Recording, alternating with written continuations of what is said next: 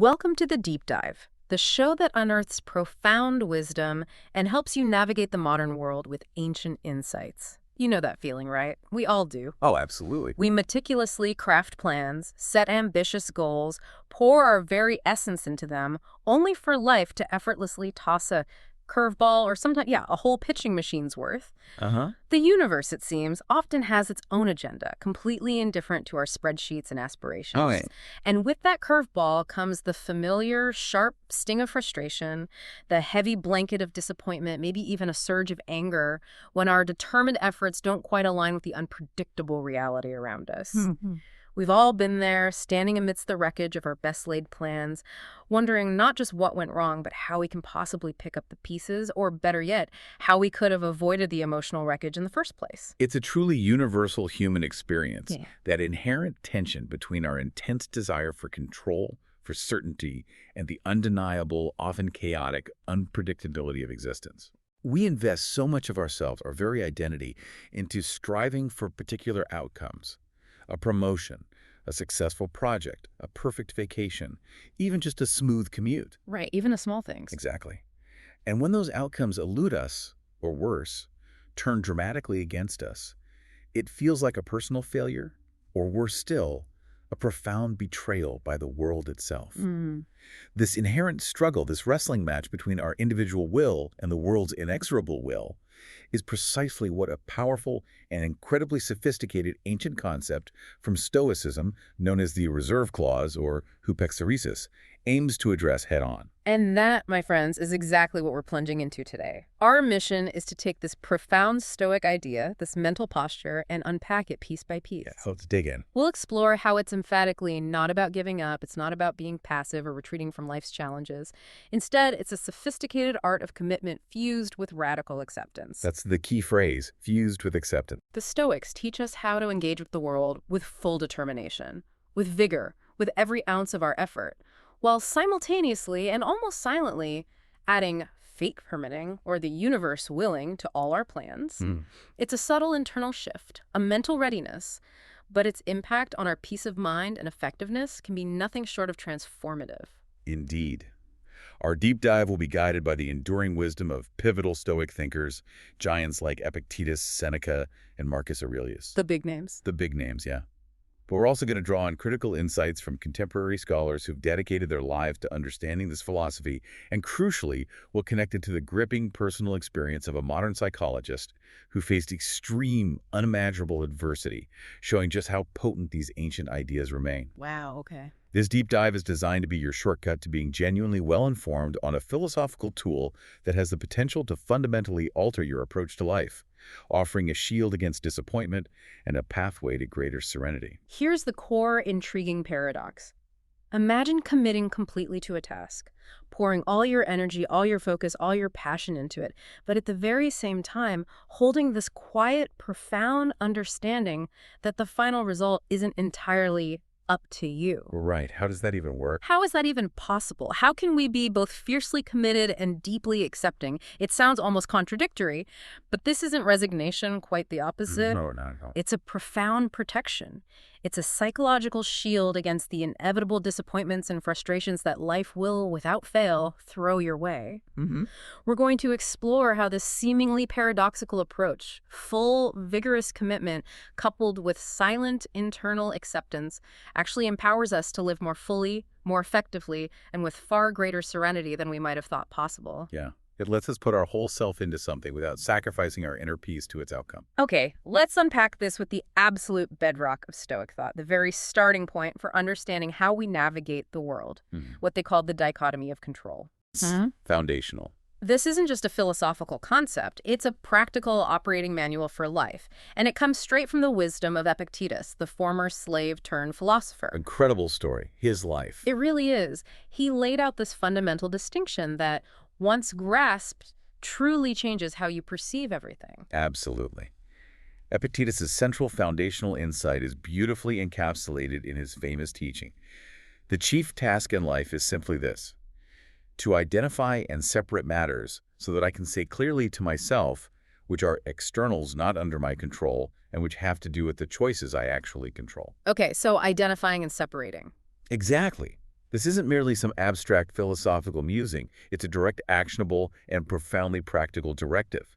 It forms the very foundation for understanding the reserve clause because it's about discerning, with unwavering clarity, what genuinely belongs to us, what we can truly steer and shape, and what ultimately does not, no matter how much we might wish it did. Right. It's about drawing that clear line in the sand. So let's delineate these spheres really clearly, because this distinction is everything. What, according to Epictetus, falls squarely within our control? What is truly up to us in the deepest sense? Okay, so what is truly within our control and fundamentally ours in an unimpeachable way are our judgments, our impulses, our desires, and our aversions. Our inner world, basically. Yes, exactly.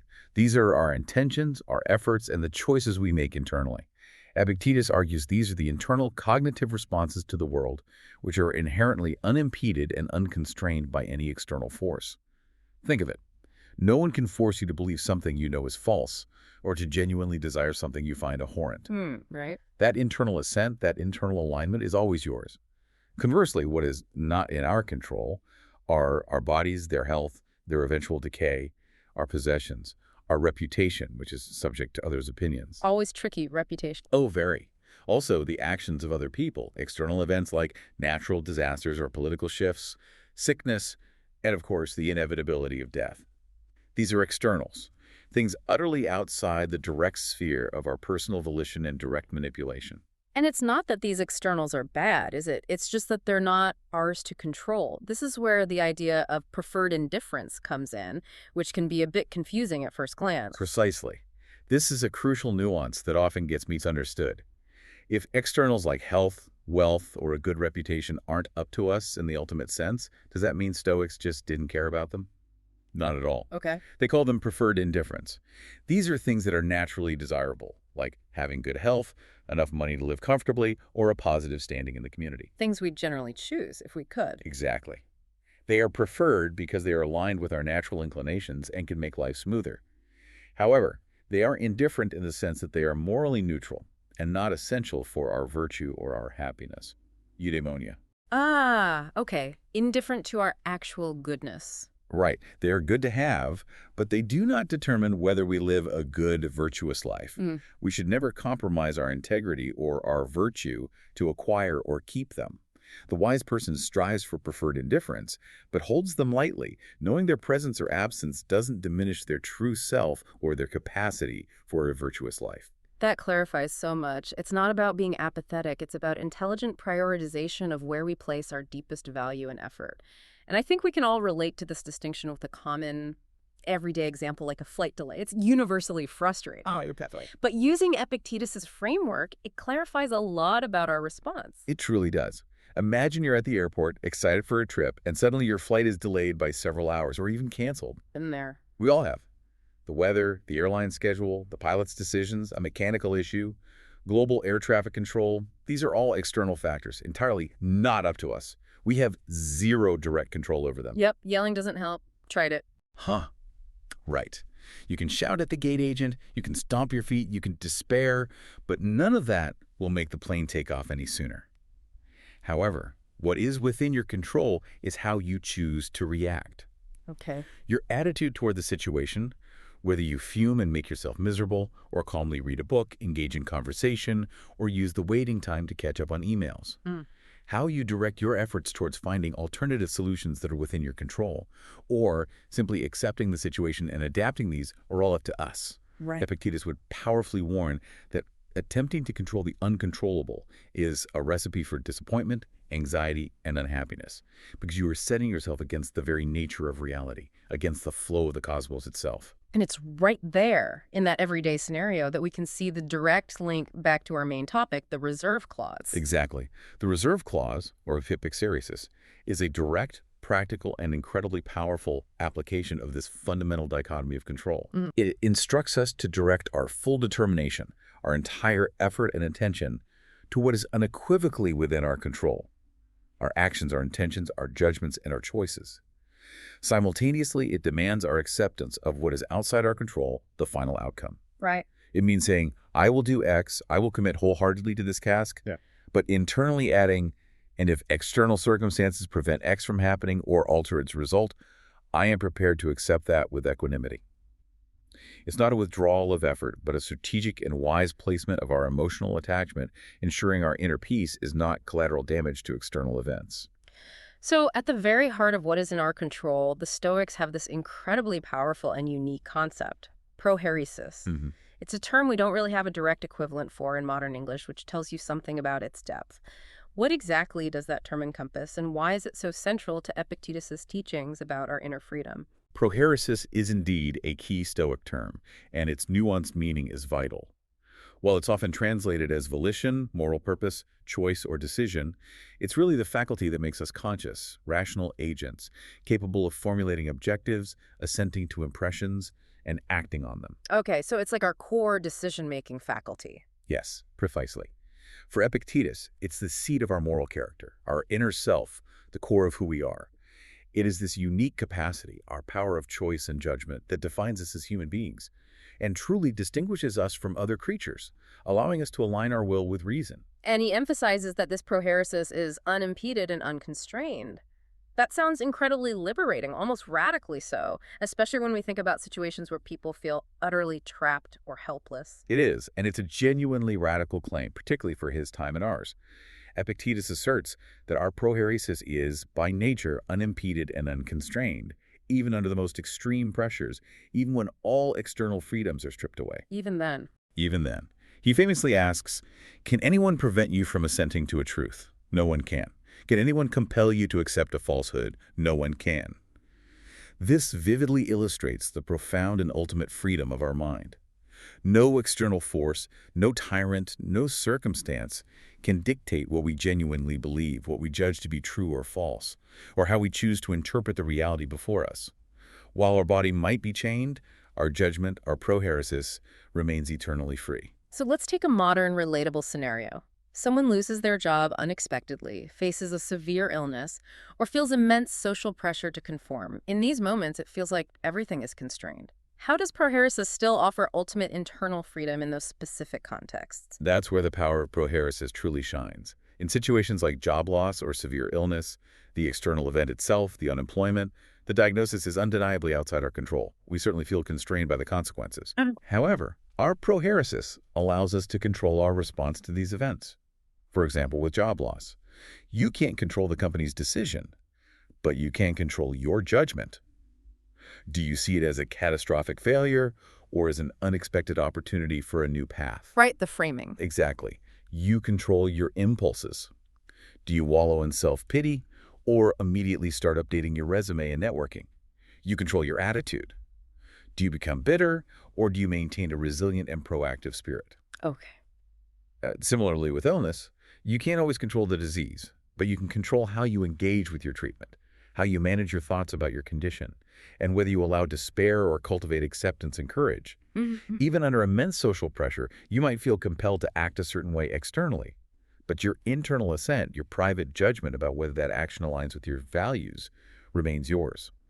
No one can force your internal belief or conviction. This highlights that while external circumstances can limit our external actions, they can never fundamentally impede our internal choices, judgments, and intentions. That is the realm of prohairesis. This goes beyond just physical threats, then. He's talking about a deeper kind of freedom, one that even something as terrifying as the fear of death can't truly touch. Exactly.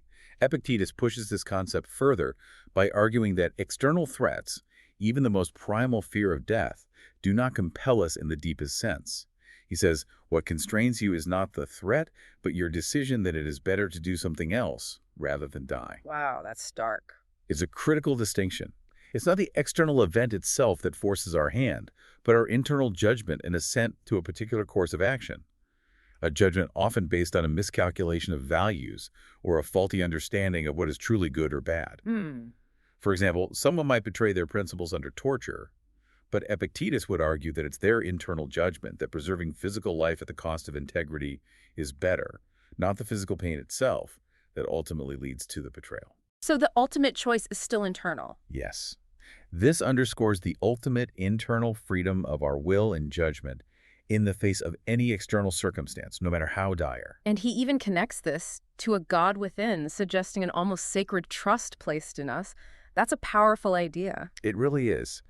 Epictetus links this inner volition, this prohairesis, to the concept of the daimon, or God within, which he sees as a guardian, an internal guide. Like a conscience, but maybe more. Yeah, perhaps deeper than just conscience. He urges us to remember never to say that you are alone, because you are not. God is within, and your own daimon is within. Mm. This implies that our capacity for the correct use of volition, our internal moral compass, is a divinely entrusted gift. It means we have an inherent, always present resource for navigating life, a guiding principle that allows us to align our choices with a higher rational order, irrespective of the external conditions. This reinforces the profound idea that true power and true freedom reside not in what happens to us, but in how we choose to respond from the core of our being. It's an unshakable inner citadel. So we've established bedrock. What's truly in our control, our inner volition, our proheresis.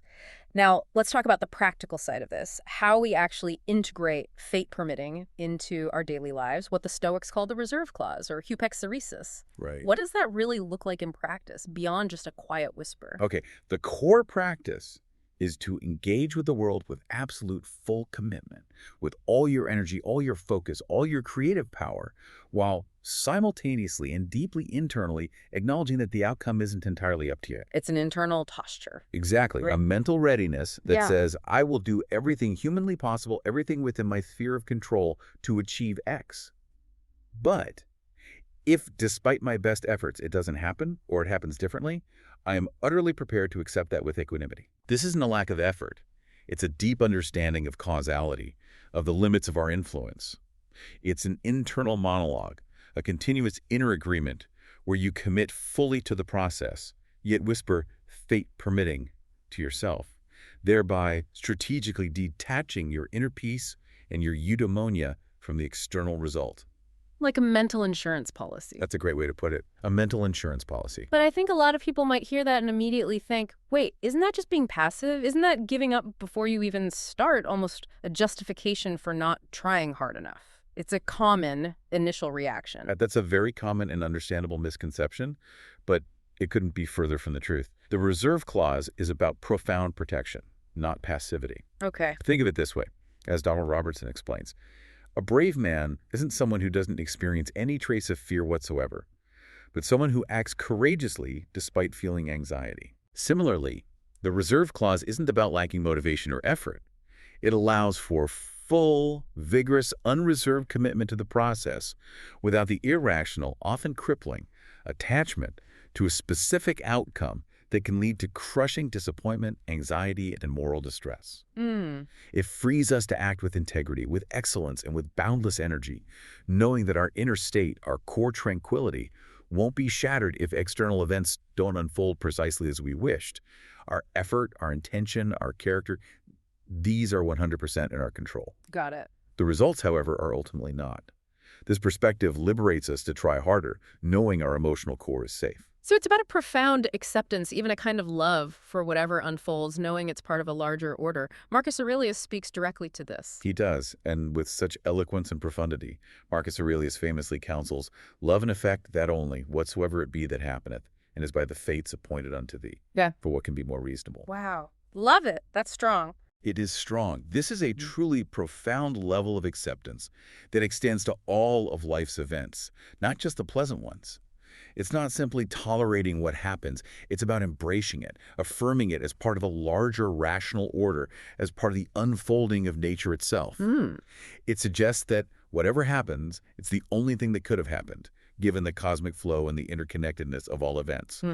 Therefore, to accept it is not just practical. It is the most rational, most reasonable thing to do. Okay. This cosmic affirmation prevents us from fighting against reality, which is always a losing battle. And to help us get there, to really internalize that kind of acceptance, Marcus also gives us this incredible tool, the cosmic perspective. It's about looking at the bigger picture to reframe our daily frustrations and perceived tragedies. Exactly. Marcus Aurelius counsels us to lessen the negative impact of things, to shrink their perceived importance by considering their cosmic insignificance. Zooming out, basically. Yeah, way out.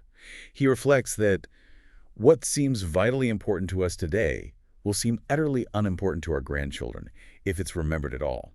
That puts things in perspective. Doesn't it? By consciously stepping back and viewing our immediate problems, our anxieties, our sources of anger from the vast expanse of space and time, their urgency often dissipates.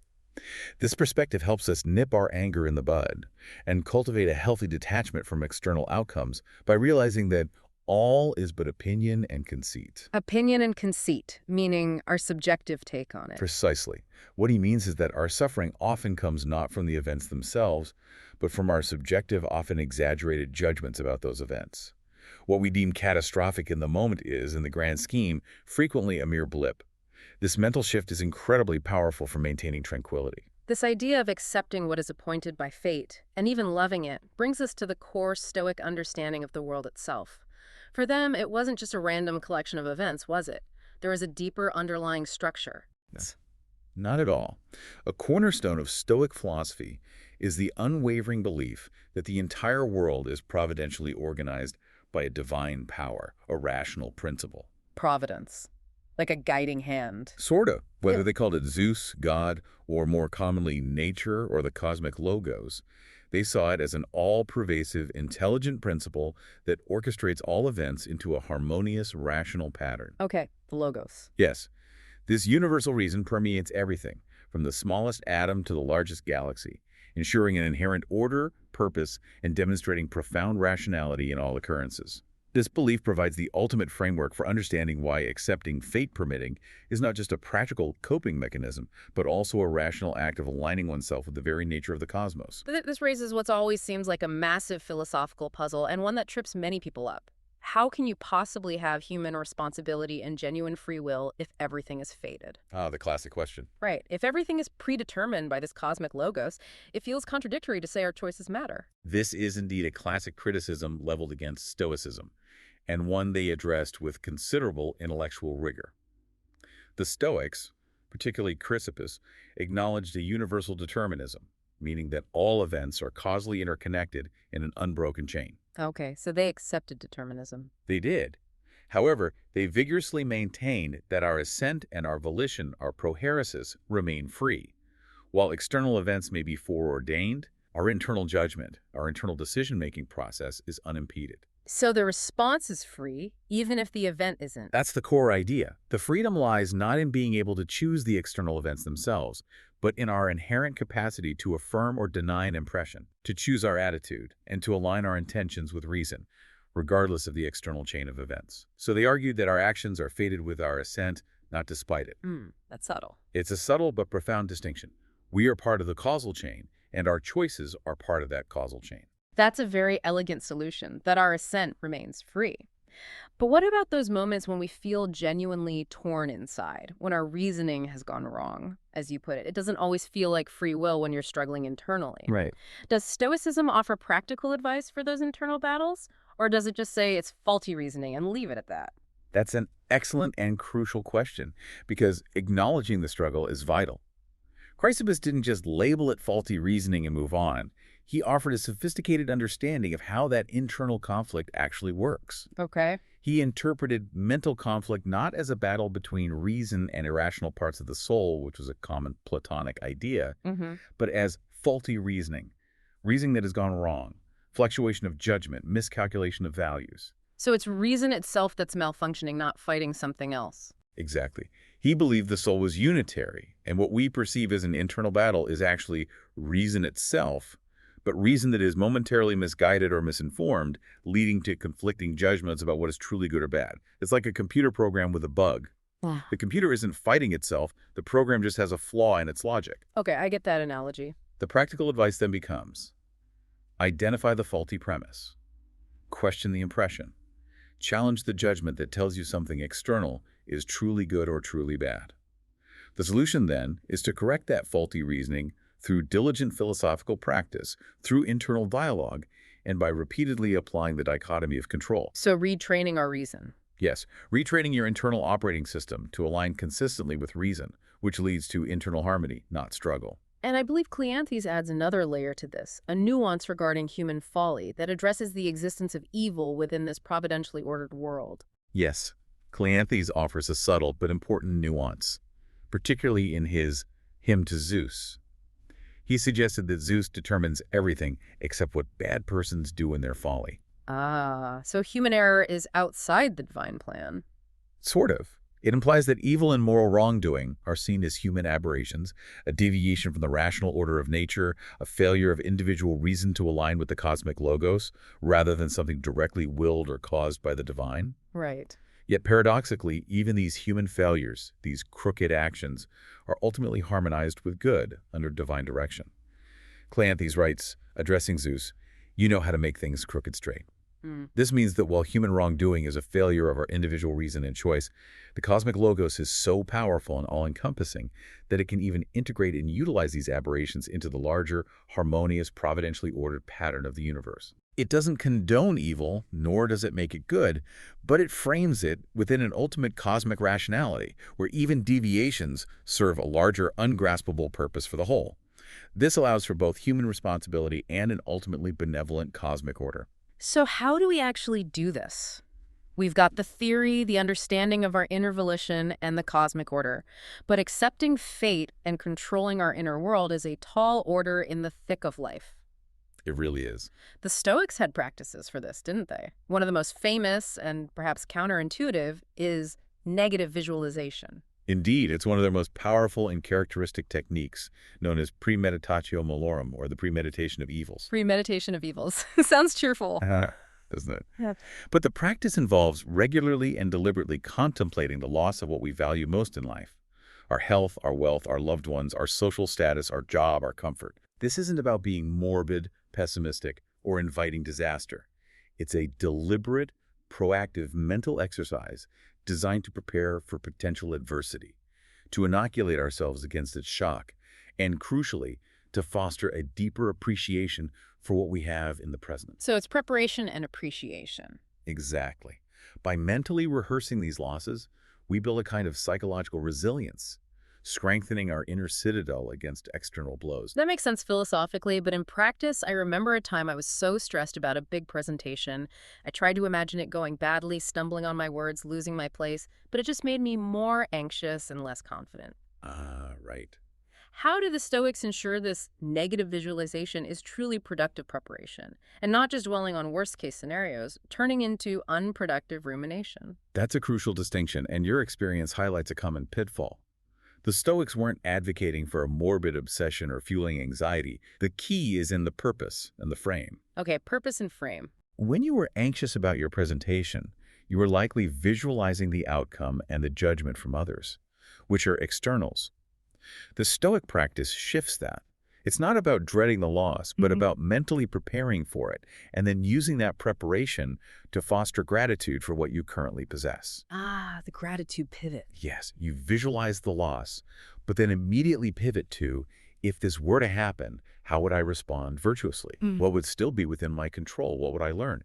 It's a training exercise for your prohairesis. Got it. It leads to a dramatic transformation in your outlook on life, making you realize how lucky you are, how much you have to be thankful for, almost regardless of your circumstances.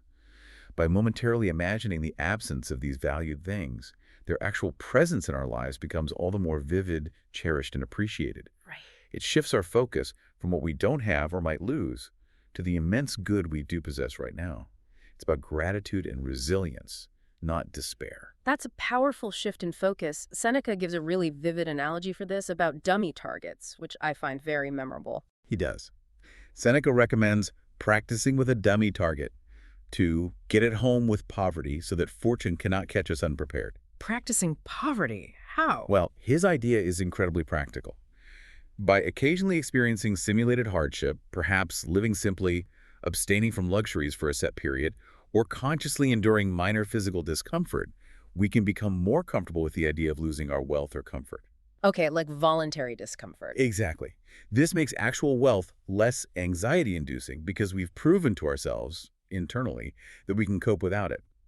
He even references Epicurus, who would practice niggardly eating, consuming only the bare minimum to test how little was truly needed to achieve pleasure, showing a similar impulse to actively prepare for less, not out of asceticism, but for mental fortitude. It's a dress rehearsal for adversity. A dress rehearsal, perfectly put, building confidence in our inner resources. Epictetus also emphasizes the importance of daily contemplation of these harder realities, not just as a one-off exercise. Absolutely. Epictetus advises, let death and exile and every other thing which appears dreadful be daily before your eyes, but most of all death. Yeah. And you will never think of anything mean, nor will you desire anything extravagantly. Daily contemplation of death. Intense. It is intense, but this daily mental exercise is a powerful way to cultivate detachment from externals and foster a profound appreciation for life as it is right now. By regularly confronting the ultimate certainty of loss, we become less prone to petty anxieties, less swayed by extravagant desires, and more focused on what is truly valuable and, crucially, within our control, our character and our virtuous actions. Right. It keeps our values correctly calibrated. This practice of mentally preparing for extreme adversity really makes me think of Viktor Frankl, who experienced unimaginable suffering in Nazi concentration camps. His insights, captured in Man's Search for Meaning, echo this Stoic practice in such a powerful, visceral way. His experience is a modern testament to the timeless wisdom of Stoicism. Frankl, despite enduring unspeakable conditions, starvation, forced labor, the loss of his entire family, found that even in the absolute nadir of human suffering, his freedom to choose how to respond to suffering was the ultimate source of meaning and resilience. That inner freedom again. Always. Yeah. He realized that while the Nazis could control his body, his environment, and virtually every external aspect of his existence, they could not touch his inner freedom to decide his attitude, his interpretation, and his internal response to those horrors. Wow. He recounts instances where prisoners, even on their deathbeds, could offer a word of comfort or share a crust of bread, proving that the ultimate power of choice, of prohairesis, remained. Unbelievable strength. It truly is. This resonates deeply with the Stoic idea of choosing our internal response, our judgment, even when all external circumstances are beyond our control. Frankl exemplified that even when one has nothing left, one still has the freedom to choose how to be. It's a profound, real-world validation of the inner citadel the Stoics describe. So Frankl's experience reminds us that emotions are very real, very powerful, and can feel completely overwhelming. How did the Stoics actually approach managing difficult emotions like anger, grief, and fear? They weren't advocating for us to be emotionless robots, were they? That's another common misunderstanding. Not at all. That's perhaps the most persistent and inaccurate caricature of Stoicism.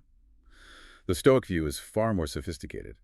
For them, emotions, or peitha, are not simply involuntary feelings or uncontrollable impulses in the modern sense. Okay. Instead, they are, at their root, judgments, or assents to impressions that something good or bad has occurred. Emotions as judgments. That's different. It is. For instance, anger isn't just a surge of heat. It's the judgment that a wrong has been done that shouldn't have been, and that punishment is deserved. Fear is the judgment that something bad is imminent and truly harmful. This is a critical distinction, because unlike many contemporary views that might see anger as an involuntary feeling to be expressed, Stoics saw it as a judgment, a faulty one. This isn't just semantics.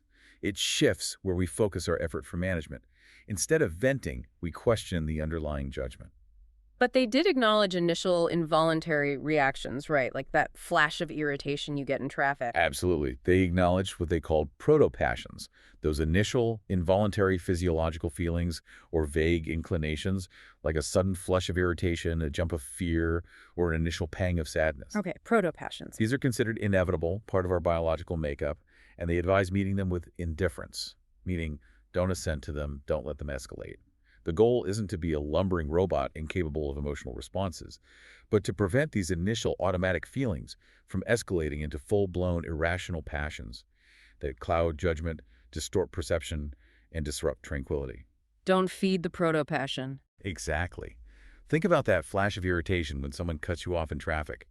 That initial surge that's a proto-passion. The Stoics recognized that. But what they didn't want was for that initial surge to escalate into road rage, into a full-blown judgment that this person intended to disrespect you and deserves your fury. Yeah. Easy to do, though. Oh, very easy. The difference is critical. It's about intercepting the assent. I can definitely see how quickly those initial feelings can spiral. It's like a spark that can become a wildfire. So what did they suggest for very practical emotion management, especially with something as destructive as anger? Seneca, in particular, offers remarkably practical advice for anger management in his treatise on anger. He suggests that we turn all anger's indications into their opposites. Opposites, like act calm even if you're furious. Precisely. This means consciously forcing oneself to relax the face, soften the voice, and slow one's pace. The idea here is a very modern-sounding mind-body connection. External calmness can actually induce internal tranquility. Fake it till you make it, almost. In a way, yes. By intentionally altering our physical expression of behavior, we can influence our internal state and prevent anger from taking root and becoming a full-blown pathos. This technique finds a strong parallel in certain Buddhist thought substitution practices, where one actively forces a wholesome thought to drive out an unwholesome one. Right. It's about interrupting the feedback loop before it takes hold. That's fascinating how external actions can guide internal states. And Seneca also reminds us of our shared humanity in a way that helps diffuse anger. He profoundly emphasizes empathy and common humanity. Seneca reminds us, we are bad men living among bad men, and only one thing can calm us. We must agree to go easy on one another. Go easy on one another. I like that. It's a powerful antidote to the isolation and self-righteousness that often fuels anger. It promotes a sense of fellow feeling with all men, in other words, sympathy and sociability. It grounds our interactions in a recognition of shared imperfections, shared struggles, and mutual understanding. Instead of immediately condemning, we recall our own fallibility. Marcus Aurelius adds to this by encouraging us not to waste time speculating unnecessarily about others' thoughts or character, but only to do so when he must do so in order to serve the public interest. Stay focused on what matters, basically. Exactly. This focuses our mental energy productively, away from corrosive judgments and divisive speculation towards social utility. It seems like that cosmic perspective we talked about earlier also ties into nipping anger in the bud. It absolutely does. It's another powerful tool in the Stoic arsenal against anger.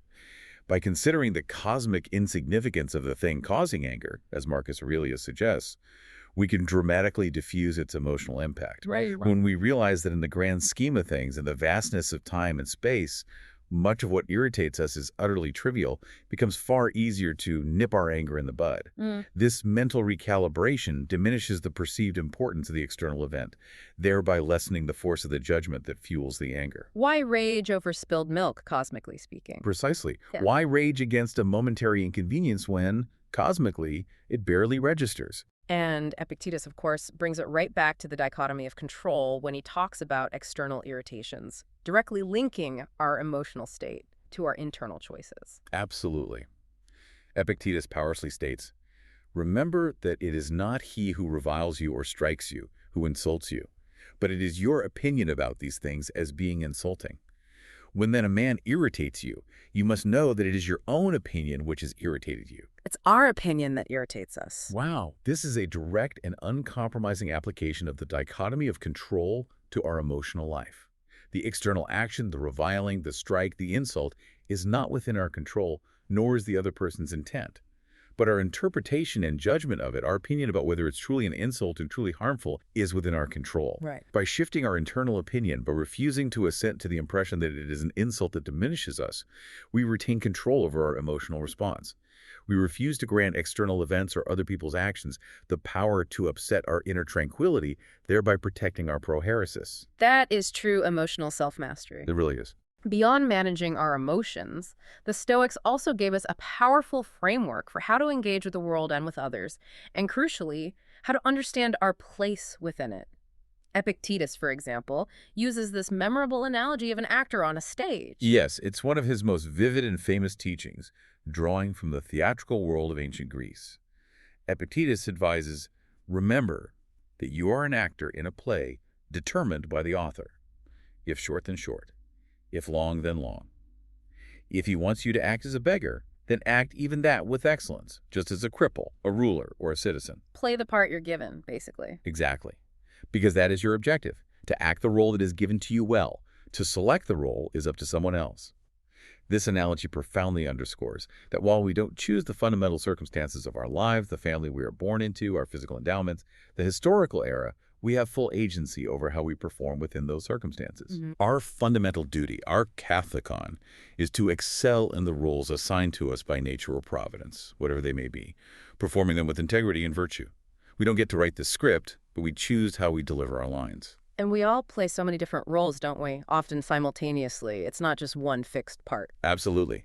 Epictetus recognized the multiplicity of roles we inhabit throughout life. As a human being, as a citizen of the world, as a family member, a son, daughter, sibling, parent, as a professional, as a neighbor, and so on. Right. Some roles are natural, inherent to our existence, like being a rational human or a sibling. Others are acquired through choice or circumstance, like being a spouse, a teacher, or a leader. The Stoic emphasis is on fulfilling each of these roles with excellence, integrity, and a deep sense of duty, regardless of whether we chose them or if they present inherent difficulties. It's about performing our part virtuously, recognizing that our individual well-being and moral character are inextricably intertwined with the well-being of the larger whole and our relationships within it. Each role carries specific duties and expectations that, when fulfilled virtuously, contribute to a well-ordered life. This concept of fulfilling our roles, living with integrity, and honoring our relationships seems to run completely counter to the popular idea that Stoics are detached, cold, or unfeeling. It really pushes back against that stereotype. It absolutely does, and it's a crucial point to emphasize to correct that very common misconception. Epictetus explicitly emphasizes integrity as essential to a good volition, which fundamentally involves honoring all of one's ties to kin, social roles, and other acquired relationships. Honoring ties. Yes. For a Stoic, cultivating a good volition and living in accordance with reason naturally entails respect, cooperation, justice, and profound kindliness towards every human being one encounters or is connected to. It means that our personal self-interest, properly understood, is inextricably linked to the well-being of the community, the family, and our relationships within it. Okay. A Stoic cannot be indifferent to the suffering of others if that suffering falls within the sphere of their duty or capacity to act. There's a powerful anecdote about a magistrate that Epictetus used to highlight this, reminding us that sometimes our feelings can mislead us about our true duties. It's a really stark example. It is indeed, and it serves as a brilliant illustration. Epictetus recounts the story of a magistrate who abandoned his sick daughter, claiming he couldn't bear to see her suffering due to his overwhelming love for her. He ran away because he loved her too much. That was his claim. Epictetus, with characteristic bluntness, chides him for two things: selfishly obsessing about his own feelings while neglecting those of others, and neglecting his fundamental role as a father. Yeah, he points out the profound inconsistency. True love, when understood within the context of the role of a father, should have made him stay, provide comfort, and fulfill his duties, not flee. Right. This anecdote brilliantly illustrates how failing to act according to our defined roles and duties, driven by a self-centered or misidentified interpretation of emotion, leads to a breakdown of integrity and harms both ourselves by corrupting our proherices and others. Our love for others should inspire us to support them, to stay present, and act virtuously in their hour of need, not to avoid our responsibilities towards them under the guise of sensitivity. And Marcus Aurelius echoes this idea of our human constitution, that part of our very nature is to be deeply connected to others, even those who might actively wrong us. Marcus Aurelius expands on this idea of our interconnectedness, stating that what is most proper and agreeable to man is for a man even to love them that transgress against him. Love those who transgress against you. That's a high bar. A very high bar. This reflects the deep Stoic belief in a calming human reason and an inherent interconnectedness of all rational beings. Our ultimate end, he suggests, is to follow and obey him, who is the reason, as it were, and the law of this great city and ancient commonwealth, meaning to align ourselves with the universal reason, the logos, that governs the cosmos and binds all humanity together. Okay. This implies that integrity is not just personal but also cosmic. It's about living in harmony with nature, and crucially with our fellow human beings, even when they fall short of their own rational nature. It's a call to universal benevolence, seeing others as fellow citizens of the cosmos. We've explored the theory, the mindset, and the practical techniques of Stoicism. Now, what's the ultimate payoff for all this diligent Stoic practice? What kind of life does it actually lead to? Because the Stoics had a very bold, almost audacious claim about what's truly sufficient for real happiness. They did, and it's one of their most radical tenets. The ancient Stoics maintained a strong, uncompromising thesis that virtue alone is sufficient for eudaimonia, or a happy, flourishing life. Virtue alone. Not health, not wealth, just virtue. Just virtue. Virtue, in this context, isn't just about conventional moral goodness. It's about perfected volition, about acting consistently and harmoniously in accordance with our rational human nature. It's the skill of living well, regardless of external circumstances, and it's what they considered the only true good. Right. Everything else, wealth, health, pleasure, reputation, these were merely preferred indifference, not constituents of happiness itself. That sounds incredibly stringent. Right. If only virtue is sufficient, does that mean we have to detach ourselves from everything, even the well-being of our family and friends? That feels almost callous, profoundly counterintuitive to a modern ear, given how much we value relationships. It's absolutely crucial to understand the nuance here, as this is another frequent point of misinterpretation. Epictetus explains that genuine happiness requires detaching our desires and aversions from everything that is not ours. That is to say, from externals. And yes, this includes even the material welfare of family and friends in the strict sense of not letting these outcomes control our inner state or happiness. Okay, not letting them control us. That's the key. That is the key. This does not mean we don't care about our loved ones. Stoics certainly valued social connection, duty, and benevolence. It means that while we can act with love and exert all our virtuous effort for their well-being, which is in our control, we must recognize that their ultimate health, success, or even their continued existence are not ours to command. Right. Back to the dichotomy. Exactly. Our happiness then is found in our God-given mental resources, our proherisis, that allow us to control our judgments and intentions, ensuring our inner tranquility isn't held hostage by external events or the actions of others, even those we love most dearly. We should desire good for them, work for it, but accept if their fate leads otherwise, because their external well-being, ultimately, is not entirely up to us. Our love makes us act, but the outcome doesn't define our inner peace. So if our inner state can be constantly disrupted by external events and the unpredictable nature of life, then true, consistent happiness isn't really possible, which is precisely where the reserve clause comes in. Precisely. The Stoics argue that you cannot be genuinely in the former condition of happiness if your state of mind and character include the possibility of disruption and frustration. Right, if you're vulnerable to that. Yeah. If your peace of mind is dependent on things outside your control, it's inherently fragile and can be shattered at any moment. This is where the reserve clause plays such a critical protective role. By committing fully to our efforts and acting virtuously while simultaneously accepting that the outcome is not solely within our control, we cultivate a tranquility that is immune to external shifts. Our happiness is rooted in our virtue, our efforts, our intentions, all of which are always up to us, rather than in the fickle, unpredictable external results. This profound insight makes our inner peace secure, robust, and resilient, regardless of what storms rage outside. Hashtag 4.2 philosophy as a continuous way of life. This isn't just a collection of clever ideas or a theoretical framework, then. It sounds like something you have to actively live, constantly. It's a full-time commitment, really. Absolutely. For the Stoics, philosophy was not merely an academic pursuit, something confined to lecture halls or dusty scrolls. It was fundamentally a way of life, a rigorous daily set of spiritual exercises, ascesis, designed to transform one's character, one's perspective, and one's entire outlook on existence. Spiritual exercises, Yeah. ascesis. Yes. It was about consistent practice, diligent application, and continuous self-improvement, not just intellectual understanding.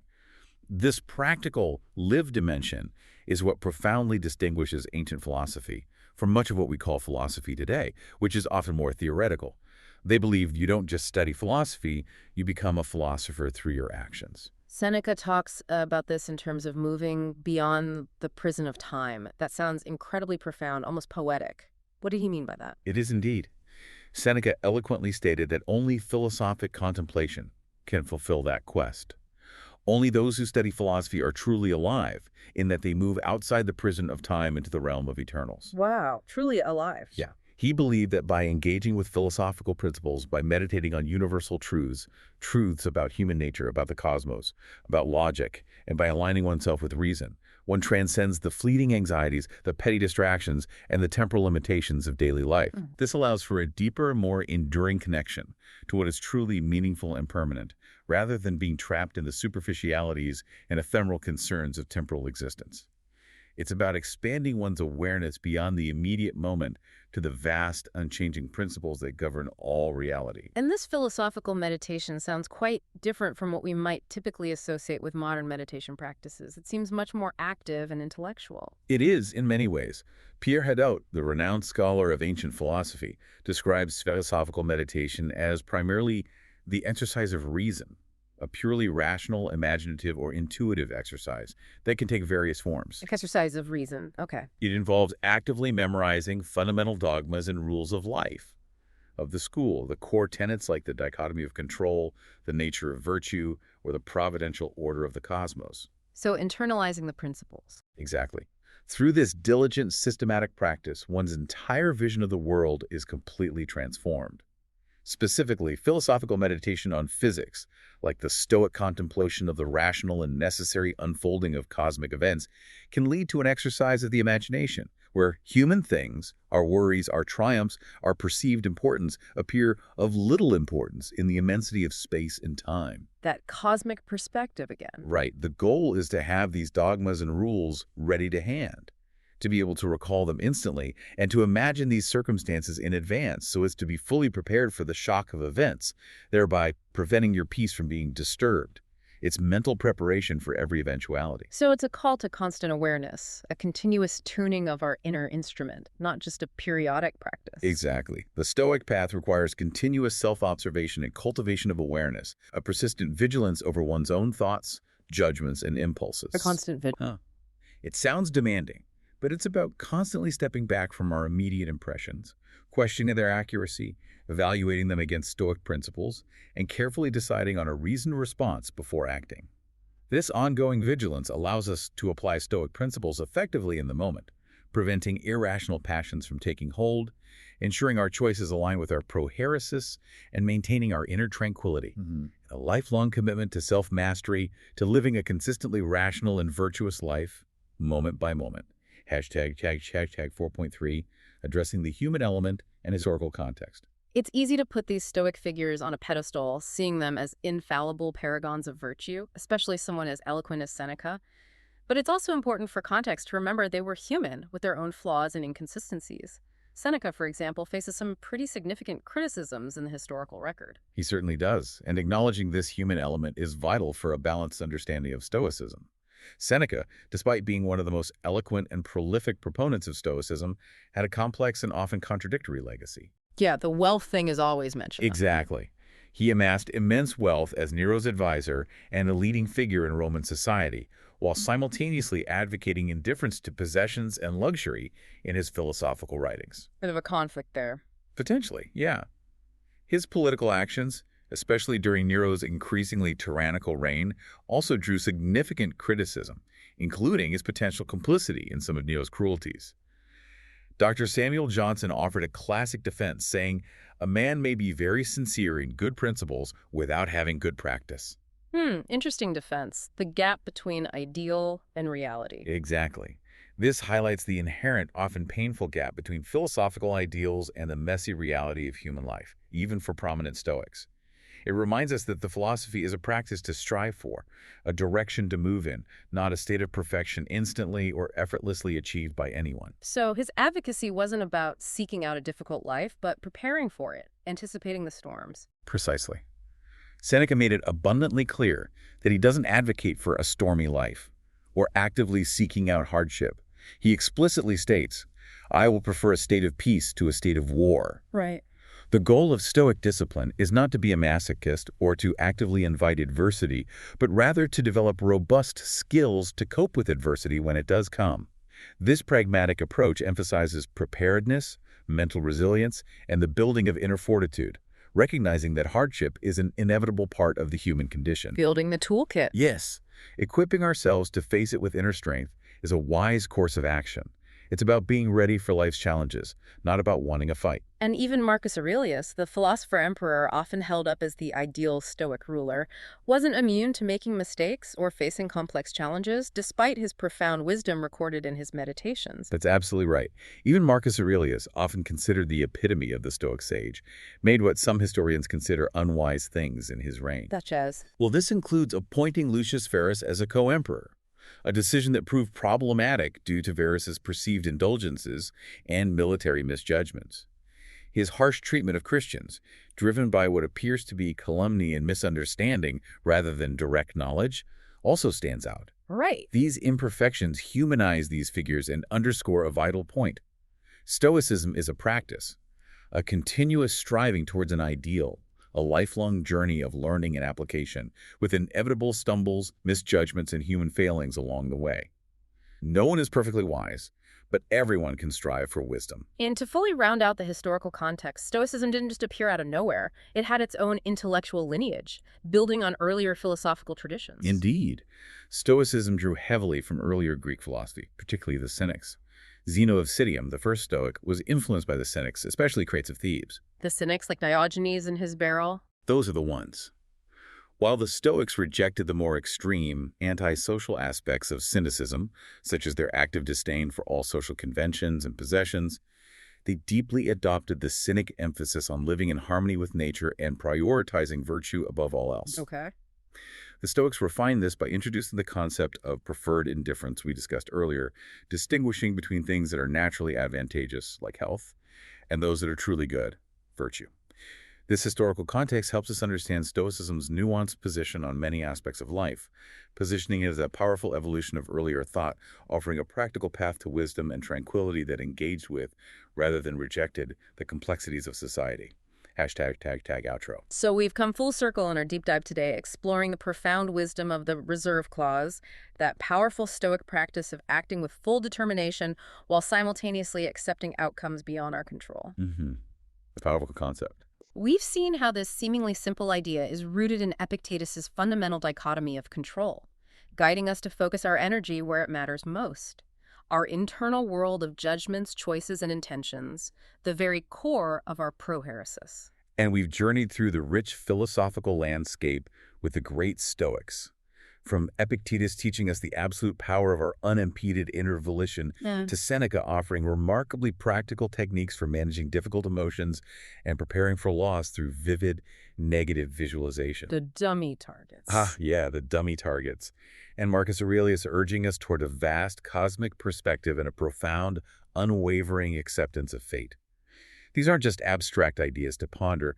They're tangible, actionable tools for cultivating inner peace, resilience, and true emotional self-mastery in a volatile world. We also clarify that this isn't about passivity or indifference, quite the opposite. It's a robust integration of passionate commitment with radical acceptance. It's about fulfilling our roles with integrity, understanding our interconnectedness with others, and internalizing that philosophy isn't a hobby, but a continuous, active way of life, a constant cultivation of awareness and internal training. Yeah. The Stoics themselves weren't perfect, they were human, but their journey and their insights offer an invaluable, enduring guide for anyone seeking a more tranquil and effective life. This ancient wisdom, bolstered by practices like negative visualization, the conscious framing of emotions as judgments, and a clear understanding of our duties and roles, offers an incredibly powerful toolkit for navigating the stresses and profound uncertainties of modern life. Definitely needed today. Absolutely. Yeah. It empowers us to focus our precious, limited energy where it can truly make a difference on our intentions, our character, and our responses to life's inevitable challenges. And crucially, it liberates us from the exhausting and ultimately futile need to control the uncontrollable. By embracing the reserve clause, we protect our inner citadel, our tranquility, our eudaimonia, regardless of what storms may rage outside.